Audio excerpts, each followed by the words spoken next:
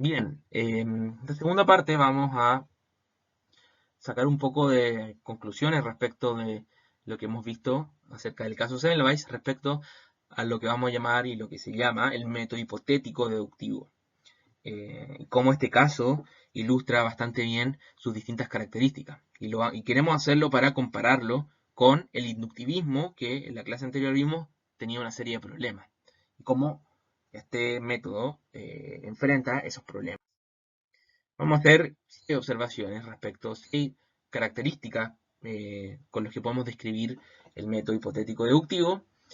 Y la primera de ellas, bastante importante, es que el punto de partida, si se quiere, o donde lo que hace arrancar una investigación, son problemas, como el que vimos, ¿cierto? La mayor mortandad en la primera edición, y no observaciones, ¿cierto? Acuérdense que el método inductivista planteaba de que la investigación partía de observaciones que se hacían sin conjeturas, sin hipótesis, sin problemas, sin clasificaciones, ¿cierto? Observar de manera pura los hechos y a partir de eso plantear mediante el proceso inductivo como resultado final una hipótesis, ¿cierto? Los problemas, las preguntas de investigación no ocupaban el rol central que, como vemos, ocupa el caso Semmelweis. ¿Por qué? Porque Semmelweis no hizo una observación neutral, hizo una observación que estaba guiada por las conjeturas y las posteriores contrastaciones también están guiadas por esas conjeturas, problemas y lo que viene a partir de ello, que son bueno, el proceso deductivo vinculado al mismo. Pero lo central acá y lo que quiero destacar es que, por ejemplo, pensemos con un ejemplo, ¿cierto? La observación que recolecta Semmelweis eh, tiene que ver con el problema que está tratando, no es una observación neutra en ese sentido, es una observación que está seleccionada por el problema en primera instancia, porque Semmelweis, pensémoslo ahí, dentro del Hospital de Viena, ¿cuántos hechos podía observar en su trabajo? Podría haber observado millones de cosas, podría haber observado el color de las distintas aulas, la antigüedad de las camas, si se utilizaban, qué tipo de calzado se usaba. Es decir, había infinitos hechos que podían ser observados en esas circunstancias. Pero obviamente, ni en el caso Semmelweis, ni en ningún caso de investigación científica, se observa y se anota todo lo que se ve. Se observan, obviamente, y se hacen experimentos motivados en primera instancia por el problema de investigación. ¿Ok? Entonces, una primera y gran importante diferencia entre el inductivismo y el método hipotético deductivo es la centralidad que tiene el problema de investigación como guía de todo lo que viene después, el planteo de hipótesis y las observaciones y los datos y los experimentos que se hacen y recolectan. Un segundo aspecto importante es que las hipótesis, ¿no? También las hemos llamado conjeturas, son ensayos de respuesta a los problemas o intentos de respuesta a los problemas que dan lugar a la investigación, que en este caso, como ya hemos dicho, era la mayor mortandad de la edición 1 respecto a la edición 2, la mayor mortandad de la edición 1 respecto a París en la calle, y se fueron agregando datos, la mortandad del colega Kolechka luego del bisturí, la generación de fiebre puerperal por el contacto con materia orgánica en general, todos esos son datos que generan una problemática, un conjunto de problemas. Las hipótesis, las buenas hipótesis, son intentos de respuesta a esos problemas. ¿Ok? Eh, y lo que hace Semmelweis es elaborar hipótesis justamente que son intentos de respuesta a esos problemas. Y aquí este es un punto central que tiene que ver con una diferencia con el método inductivo. El método inductivista plantea que las hipótesis, o más bien las leyes, porque vamos a ver que la palabra hipótesis eh, plantea una idea de falta de certeza, ¿cierto? Una hipótesis, una de las acepciones que tiene es de una conjetura. Bien, el inductivismo plantea que el origen de la hipótesis debe ser la observación y nada más que la observación. Y debe ser el resultado de un proceso de observación.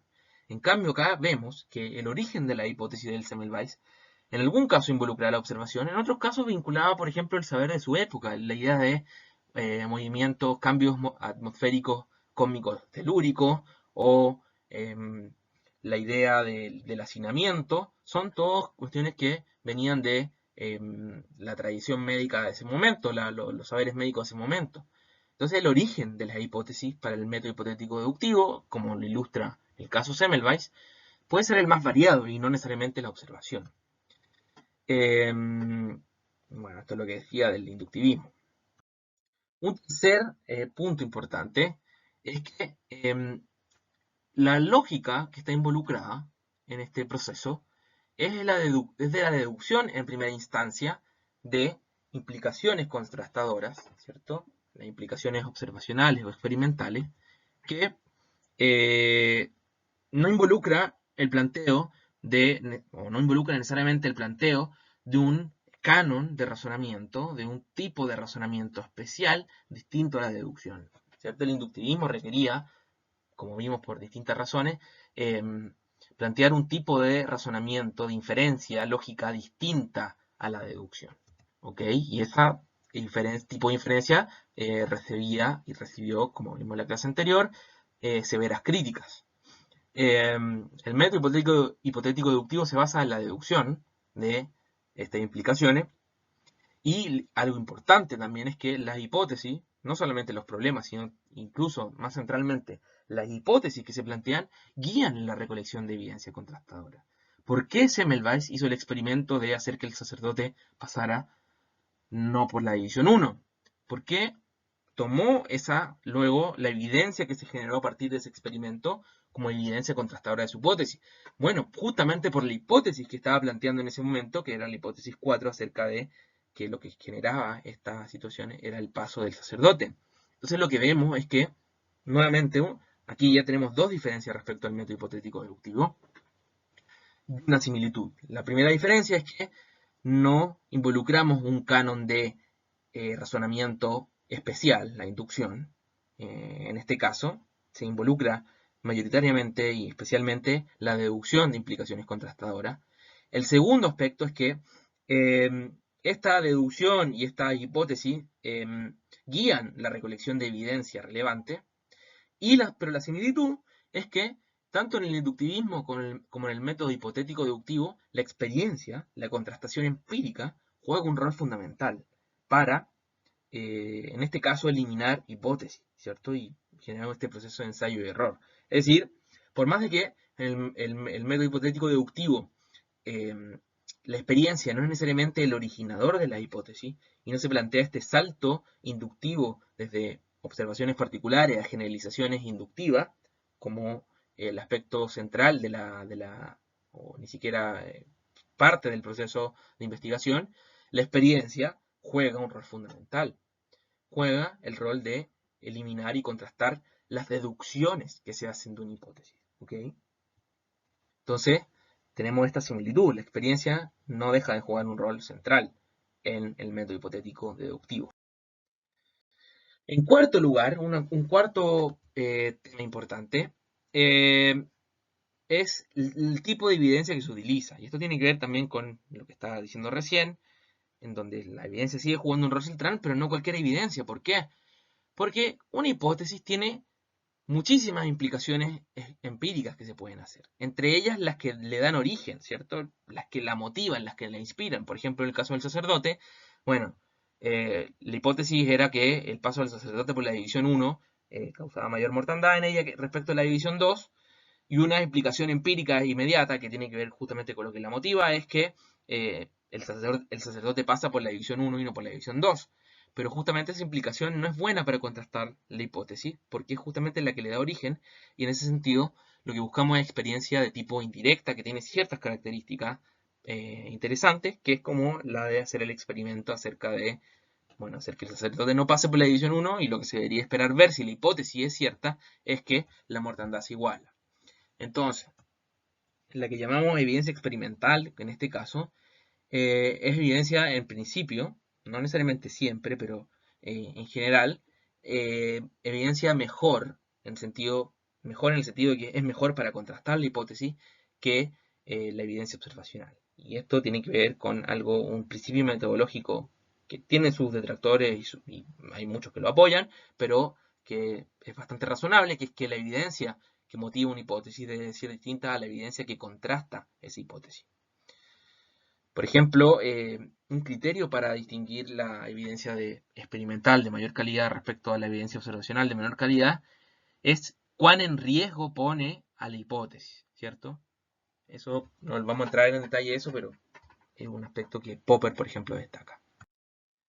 En quinto lugar, y esto ya como dándole una especie de cierre a esta idea del método hipotético deductivo, es que en él la ciencia se entiende como un proceso de ensayo y error. Y es lo que dijimos al principio, pero ahora tenemos más elementos para compararlo esto con el inductivismo. ¿Por qué?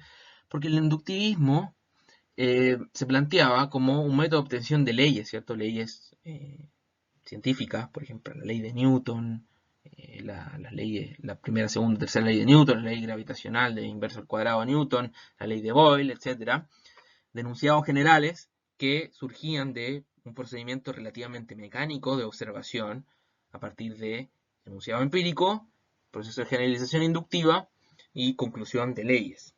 Y un método relativamente mecánico.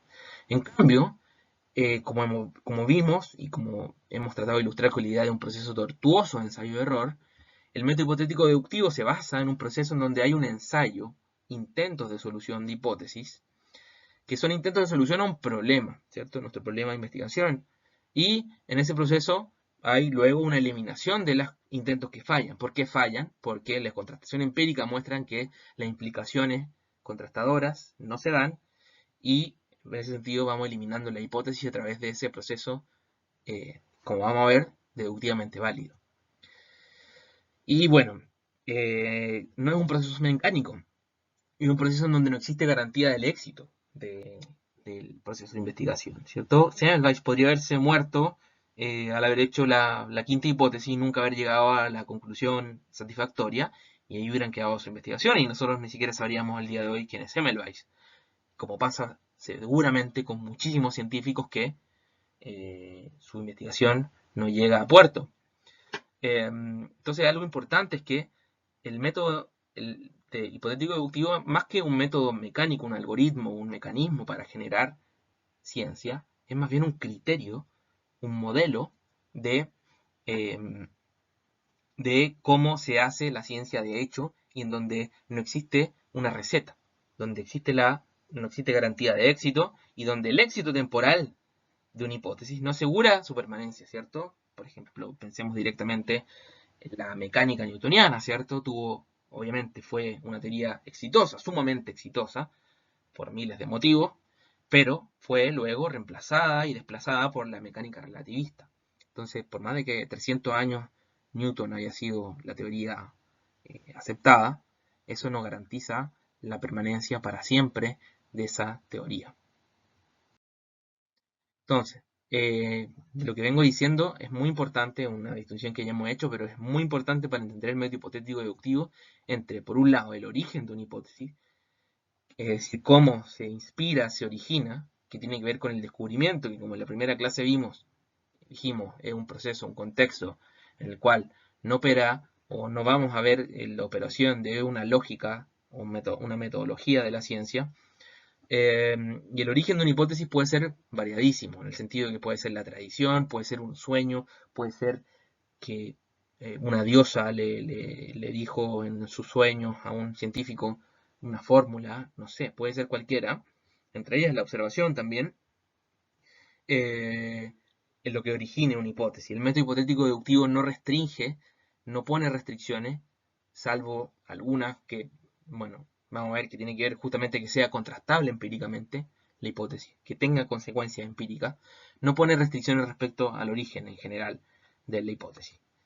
En cambio, la aceptación o rechazo de una hipótesis, que en la ciencia, como hemos visto en este caso, depende de someter esa hipótesis a una crítica severa, porque la contrastación empírica uno la puede entender provechosamente como una forma de crítica de la hipótesis, es decir, someterla a la posibilidad de ser refutada.